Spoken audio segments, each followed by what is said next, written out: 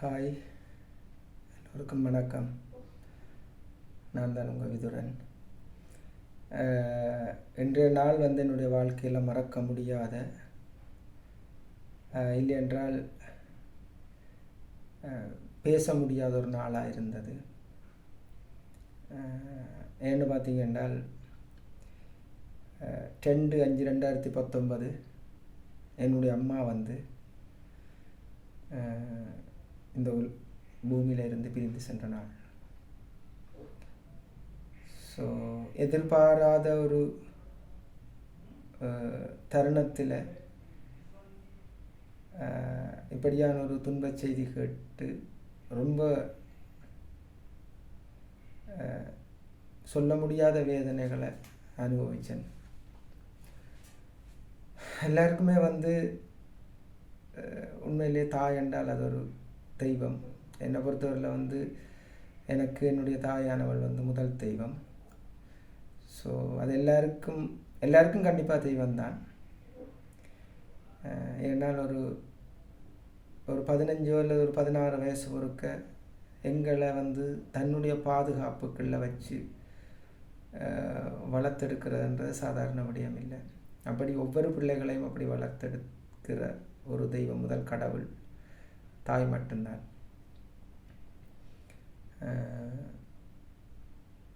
அப்படிப்பட்ட தாயினுடைய இழப்பு என்றது ஒவ்வொரு பிள்ளைகளுக்கும் பெரிய ஒரு தாக்கத்தை கொடுக்கும். எனக்கும் அதை கொடுத்திருந்தது.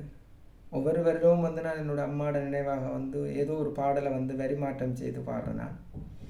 ஆனால் இந்த வருஷம் அதற்கான சூழ்நிலை அமைய இல்லை. அது ஒரு பாடலை வரிமாற்றம் செய்கிறதுக்கான சூழ்நிலை, எனக்கான சூழ்நிலை அமைய இல்லை. கொஞ்சம் மேலியலாக இருந்தது. அதனால நான் இப்படி ஒரு காணொலியை பேசி வரேன். கண்டிப்பாக இந்த மே மாதம் முடிகிறதுக்கு இடையில் ஒரு பாடல் கண்டிப்பாக வரிமாற்றம் செய்து என்னுடைய அம்மாவின் நினைவாக வெளியிடுவேன்.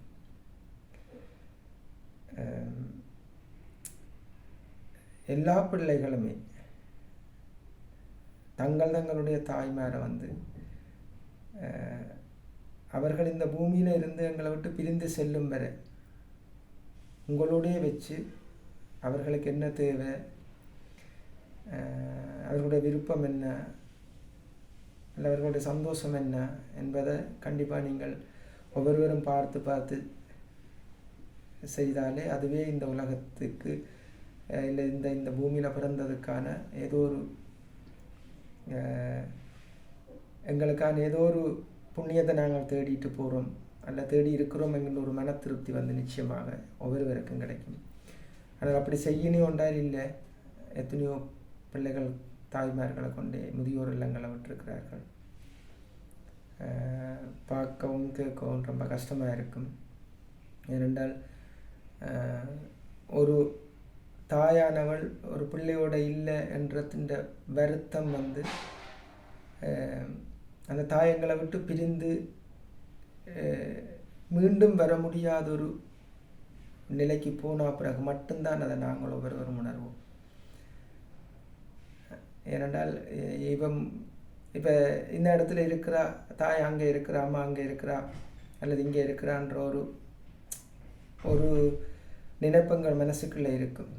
ஆனால் அந்த நினைப்பங்கள் மனசுக்கு இருக்கும் வரையும் நாங்கள் அம்மாவை அப்படி கொண்டே விட்டுட்டோமோ இல்லைண்டா இப்படி கொண்டே விட்டுட்டோமோன்னு சொல்லி சில பேர் உணர மாட்டினேன். ஆனால் அந்த தாய் நிரந்தரமாக எங்களை விட்டு பிரிஞ்சு போன பிறகு அந்த கொடுமையும் அந்த வலியும் வார்த்தைகளால் சொல்ல முடியாது. நாங்கள் கடைசி வரை எங்களோட அம்மாவை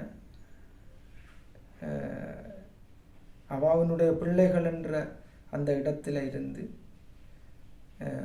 பார்த்த நாங்கள். அதனால நான் சொல்கிறேன், தயவுசெய்து ஒரு தடவை முதியோர் இல்லங்களில் உங்களுடைய பெற்றோர்களை கொண்டே விடாதீங்க. அதற்கான விலையை நாங்கள் ரொம்ப கொடுக்க வேண்டி வரும் இந்த உலகத்தில். அதுபோல் என்னுடைய அம்மாவோட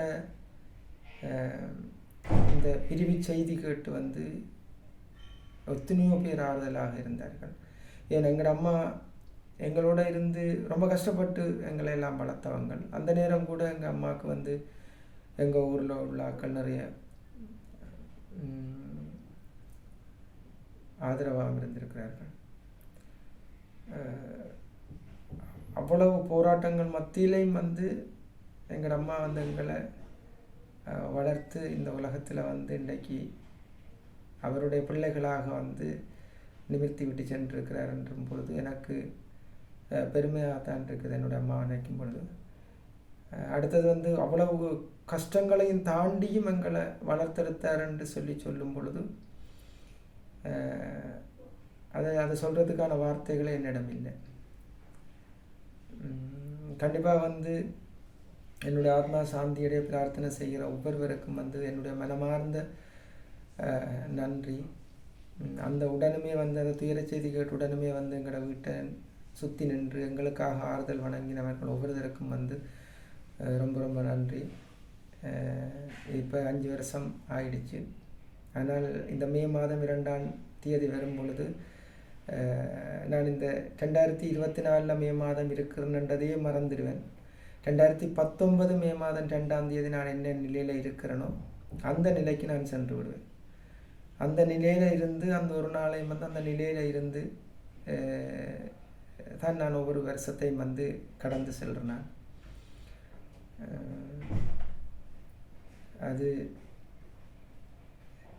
அது வந்து ஒரு பெரிய ஒரு மறக்க முடியாத ஒரு நாளாகத்தான் என்னுடைய வாழ்க்கை